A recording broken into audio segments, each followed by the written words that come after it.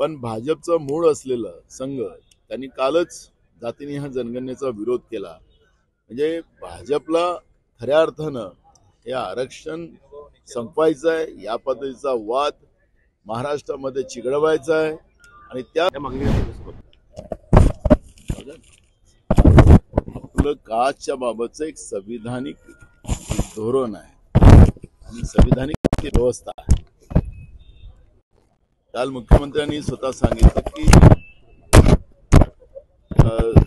समजा कास्टचं जसं कुणबी आहे आणि त्याला आपण मराठा, मग तिकडे त्याच्या आजोबा पण मराठा असेल तर ती कास्ट बनू शकत नाही, अशा याच्यावर गुन्हा दाखल केला जाईल, हे काल माननीय मुख्यमंत्र्यांनी पण आपल्या भाषणामध्ये विधानसभेत सांगितलेलं आहे।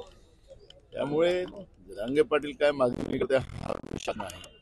मूळ प्रश्न की आरक्षणाच्या प्रश्नामध्ये जी भूमिका काँग्रेसने घेतली, आम्ही पण काल ती विधानसभेत मांडली की जातीनिहाय जनगणना हाच आरक्षणाचा एक पर्याय आहे।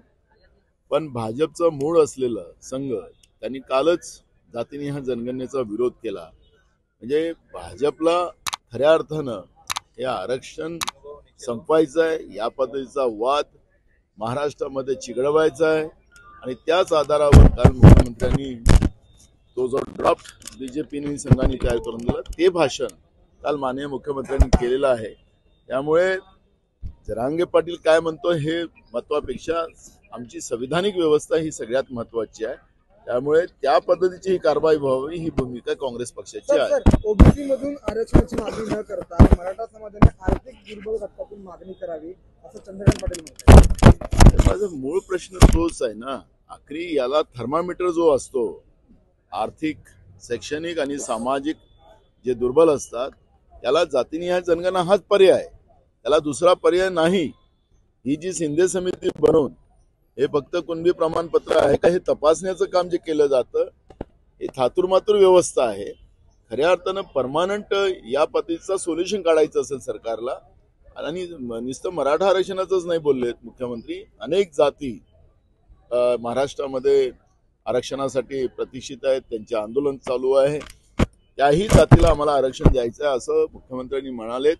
याचा अर्थ या सगळ्या पर्यायाला एकच आहे तो पर्याय, आणि तो संविधानिक पर्याय जो आहे तो जातीनिहाय जनगणना सरकारने करावं आणि हे सगळे सोल्युशन त्याच्यातून बाहेर येतो आणि महाराष्ट्र ही जी आग महाराष्ट्रामध्ये लावण्याचं काम सरकार करते ते आपोआप थांबते। आज दिल्लीवारी आहे, आज मुख्यमंत्री आणि दोन्ही उपमुख्यमंत्री दिल्लीला चाललेले आहेत, अमित भेटणार, कांदा विषय असतील, अनेक विषय आहेत। कांदा शेतकऱ्यांचा खराब झाला, इतके दिवस काय करत होते हे लोक, यांचं डबल इंजिनचं सरकार सांगतात आहे। मी अनेक बाजार समितीची, मग लासलगाव बाजार समिती असेल, नाशिक जिल्ह्याच्या अनेक बाजार समित्या असतील, पुणे जिल्ह्यातल्या जिथं कांदा मोठ्या प्रमाणात येतो, मी सगळ्या बाजार समितीची माहिती घेतली। 4-4, 5-5 दिवस शेतकऱ्यांचा कांदा ट्रॅक्टरमध्ये, गाड्यामध्ये भरला राहिला, तो खराब झाला, याचं नुकसान भरपाई कोण देणार? हे सरकार शेतकरी विरोधी आहे, भाजप शेतकरी विरोधी आहे, हे स्पष्ट होते आहे। त्याच्यामुळे हा दिखावा, त्याच्यासाठी नाही, काहीतरी दुसरी हाजरी असेल, अजून महाराष्ट्रातून आता डायमंड उद्योग गेलं, अजून काही उद्योग पाठवायचा असेल त्याच्याबद्दलचा विचार विमर्श करायला ते चालले असतील असं आम्ही म्हणू। जे उद्योग बाहेर गेले त्याचा पूर्ण अहवाल आज सरकार मांडणार आहे, कोणते उद्योग आहेत, कोणते उद्योग बाहेर गेले? कशाला महाराष्ट्राच्या जनतेच्या जखमेवर मीठ चोळायला सरकार निघालेलं असेल? तुमचं पाप आहे, तुमचं पाप तुम्ही करताय हे जनता समजत आहे।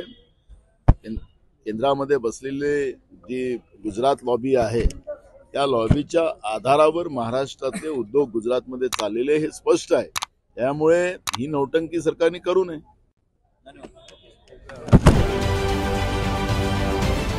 राजकारणातील प्रत्येक अचूक बातमीचे सर्वात आधी अपडेट्स मिळवण्यासाठी सरकारनामाच्या सर्व सोशल मीडिया प्लॅटफॉर्मला लाईक, फॉलो आणि सबस्क्राईब करा।